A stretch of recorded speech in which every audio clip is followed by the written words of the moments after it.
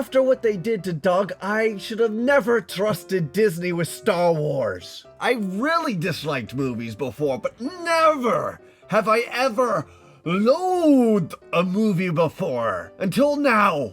Until Star Wars Episode 8, The Last Jedi. And I just gotta express what a terrible film this is on every single level. As an individual movie, as a movie and part of a trilogy, and as a movie a part of a saga. So spoiler alert, the only thing that the plot points spoil is your appreciation for Star Wars. So why does The Last Jedi fail at a personal level, you ask? The themes of the movie meant more to Rian Johnson than the actual plot. He made the plot suffer so he could shove his messages in there. The biggest offender of all is that casino scene. The entire subplot can be taken out of the movie and it still works. Such sloppy screenwriting. It's screenwriting fundamentals 101 broken, and you have to ask why. It has to be on purpose, and it is on purpose. You know why? Because Rian Johnson is trying to make a point in that subplot that sometimes plans go awry.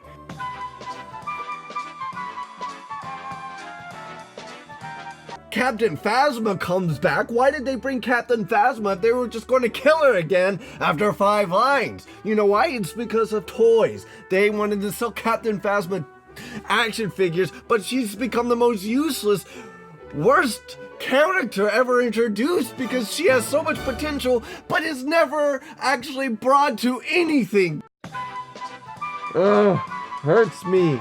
Plot holes, plot holes, plot holes. Captain Holdo thing going on. Why doesn't she tell anybody what the plan is? It's just there to teach Poe Dameron a lesson. And so he allows this gigantic plot hole to exist. The whole suicidal hyperspace thing opens up gigantic plot holes. Why didn't the rebels just jam a ship through the Death Star? The whole thing with Rey on the island with Luke. I realize training things can be boring and not worth watching, but damn it! Watching Luke scold around and sulk and her just doing blah, blah, blah. There was no character arc with that. What happens in that? Nothing really. She doesn't really gain anything from that experience. So let's move on into why it's a terrible bridge, why it's the awful middle movie to a trilogy. J.J. Abrams set up a nice softball for Rian Johnson to hit out of the park. And you know what Rian Johnson decides to do? Is it Ryan or Rain? I don't know. But Rian Johnson decides to just bunt with the ball. Bunt all those things that J.J. Abrams set up. Because he didn't want to deal with them.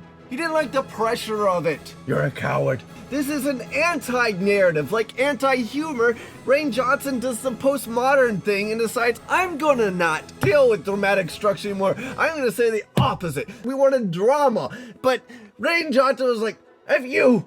Ray's parents are just going to be nobodies. Even though that makes Ray a weak character, because how does she know all those force powers? You set up all that stuff. There has to be an explanation. Nobody just learns the Force like that. No, we'll go into Rey right now.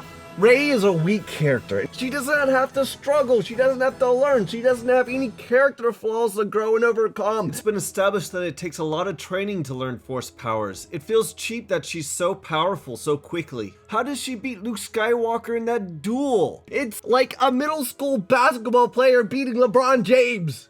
How does she know what Chewbacca says in it? In the middle movie, Anakin gets defeated by Count Dooku and loses his arm. And Luke Skywalker loses to Darth Vader and loses his arm. But Rey, oh no, she just beats everybody. But it would at least be nice for her to lose a battle or something. Make her feel human, something I can identify with. I don't identify with perfect characters that can do anything right. I've never been able to do anything right. You destroyed Snoke. What Snoke was that X factor that made the new trilogy different from the original trilogy. What's the point of this new trilogy now? It's just the rebellion versus the Empire again. We've seen that! Rian Johnson just plucks out plot threads like it's nothing, so that there's very little to work off of. What about the Knights of Ren either, huh? All of this interesting stuff just thrown out the window. He's painted the entire trilogy into a corner. J.J. Abrams has a lot of work ahead of him for episode 9. It's probably gonna be like a 3-hour movie because he's got to create some space for some narrative. So it fails as a middle movie, and now let's talk about why it fails as a saga piece. Why it destroys Star Wars as a story. Star Wars is a family soap opera in space centering around the Skywalker family. And the biggest insulting thing that happens with episode 8 is what they do to Luke Skywalker. So, Rey, we've been waiting 2 years, has this lightsaber to Luke Skywalker, holding it out, and we've been waiting. We've been waiting for so long for this to happen. It's his father's lightsaber. It means something to that character, and yet in this one, he throws it over his shoulder. It's a slap in the face. The most heroic thing that he did was that he went on a suicide mission to his father because he detected a hint of good in him and he wouldn't kill him. And yet, in this one, he detects a hint of darkness within his nephew, and he was going to kill him in his sleep. And you might justify, oh, it was just a reflex real quickly, but then Luke Skywalker, instead of trying to rectify his problems, goes out and hides and decides to go die on that island? What was the point of the star map then?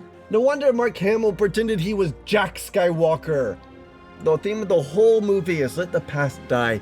Kill it if you have to. It was about taking the legend of Luke Skywalker and then having him drink green sea walrus milk. Rian Johnson threw red paint on the Mona Lisa because our culture found it important. And you know what? You want to do your postmodern thing, Rian Johnson? Leave it out of a grand narrative. Do it in one of your stupid indie films. If you want to know what to do with Luke Skywalker, read the last section of Beowulf. And when Princess Leia gets sucked out of that space thing, I thought for a second, oh man, this is the great way for Princess Leia to go.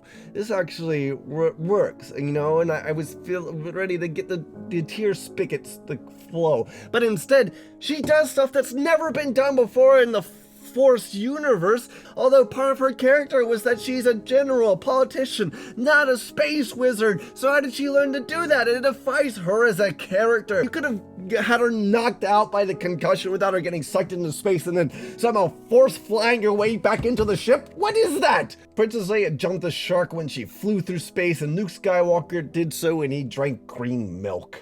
He turned Luke into a coward and made Leia look like a silly space Mary Poppins. Shame on you, Rian Johnson. Shame on you. I'm sure there's a billion other things I'm going to find that I hate about this that I'm just not thinking about right now because I've done so many at this point. If Ghost Yoda could use electricity, why didn't he do that on Darth Vader?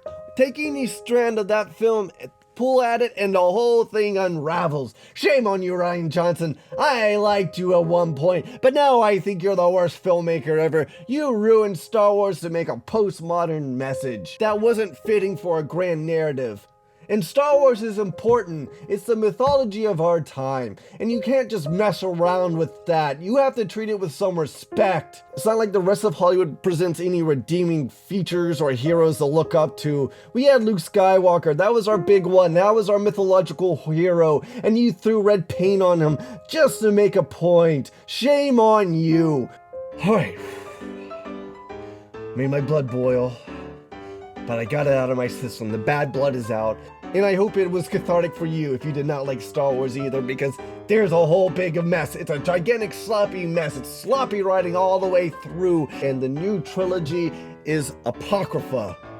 Let me know if you agree or disagree or whatever have you. And please subscribe as always. And you know you want to subscribe. Bye bye guys, have a good day. I hear for every subscription to the full moon, Rian Johnson hears the gnashing of teeth of fanboys and the cries of tears of little children disappointed in the hell that he created. Subscribe!